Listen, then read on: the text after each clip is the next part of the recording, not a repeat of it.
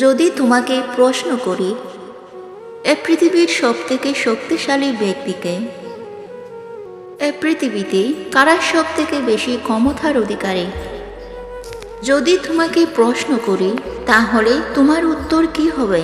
তাহলে তোমার জবাব কি হবে? এ পৃথিবীতে যারা সবথেকে বেশি ধৈর্যশীল তারাই সবথেকে বেশি শক্তিশালী। তুমি খেয়াল করলে বুঝতে পারবে এ পৃথিবীতে যারা সবথেকে বেশি সফল হয়েছে, যারা জীবনটাকে অনেক সুন্দর করতে পেরেছে, তাদের মধ্যে অন্য কিছুর ঘাটতি থাকুক বা না থাকুক, ধৈর্যের কোনো ঘাটতি ছিল না। না, এ বিষয়টা আমিও জানি, তুমিও জানো যে ধৈর্য অনেক কঠিন একটা কাজ।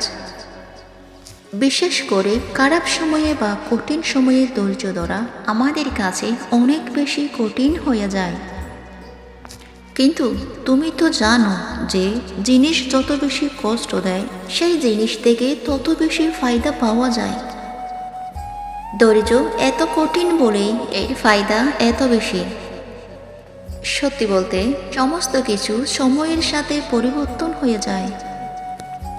কিছু খারাপ সময়ের সমাপ্তিতে ভালো সময়ের উদয় হয়। কিন্তু যদি কোনো ব্যক্তি খারাপ সময়ে ধৈর্য না ধরতে পারে তাহলে তার ভালো সময়টা কিভাবে আসবে? একটু ধৈর্য ধরো, নিজের খারাপ সময়ে একটু ধৈর্য ধরো। আমি জানি জীবনটা এতটাও সহজ নয় যতটা আমরা ভাবি, কিন্তু অতটা তো কঠিন নয় যতটা আমরা ভাবছি। কোনো ব্যক্তির শারীরিক ক্ষমতা যাই হোক না কেন, তার মানসিক ক্ষমতা যেন অনেক বেশি হয়।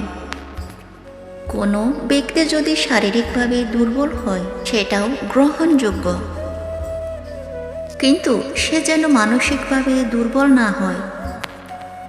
একজন মানুষ জীবনে তখনই হেরে যায় যখন সে নিজের উপরে সন্দেহ করে, যখন সে নিজের যোগ্যতা, নিজের ক্ষমতার উপরে সন্দেহ করে।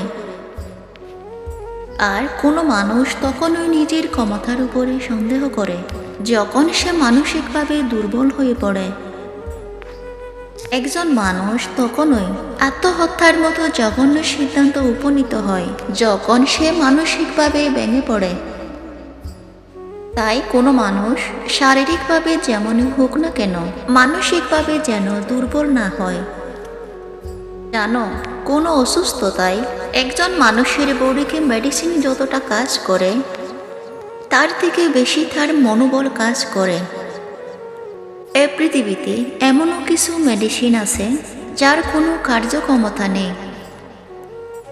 কিছু ওষুধ এমনও আছে যেটা বডিতে গিয়ে কোনো কাজ করে না, কিন্তু সেটাও মানুষের সুস্থতার কারণ হয়, সেটাও একজন মানুষকে সারিয়ে তোলে। এর কারণ কি জানো? কারণ একটাই, বিশ্বাস। যখন কোনো অসুস্থ ব্যক্তি মেডিসিন বা ওষুধ গ্রহণ করে তখন তার মনের মধ্যে একটা বিশ্বাস কাজ করে যে আমি ওষুধ খেয়েছি, আমি সুস্থ হয়ে যাব। আসলে এসব কিছুই না, এসব মানেই ক্ষমতা। কোনো ব্যক্তি যতটা শারীরিকভাবে দুর্বল হয় তার থেকে বেশি মন দুর্বল হয়। আর শারীরিক অসুস্থতা সারানো সম্ভব, কিন্তু মনের অসুস্থতা সারানো অনেক কঠিন হয়ে পড়ে। তাই মন থেকে দুর্বল হওয়া যাবে না, মন থেকে কখনোই হার মানা যাবে না।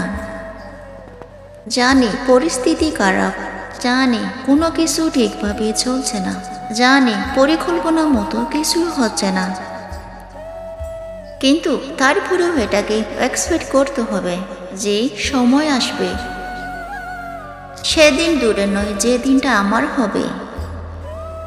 আর বিশ্বাস করো, মানুষ যেটা ভাবে সেটা হয়ে যায়। কেউ ডক্টর হওয়ার আগে তার মনে একটা ডক্টর হওয়ার স্বপ্ন থাকা প্রয়োজন।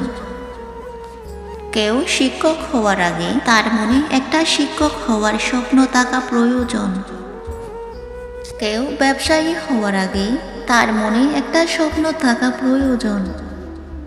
বিজ্ঞান দ্বারা এটা প্রমাণিত যে তুমি পজিটিভ মানুষের সাথে সংস্পর্শে থাকো, তাহলে তোমার চিন্তা ভাবনাও পজিটিভ হবে।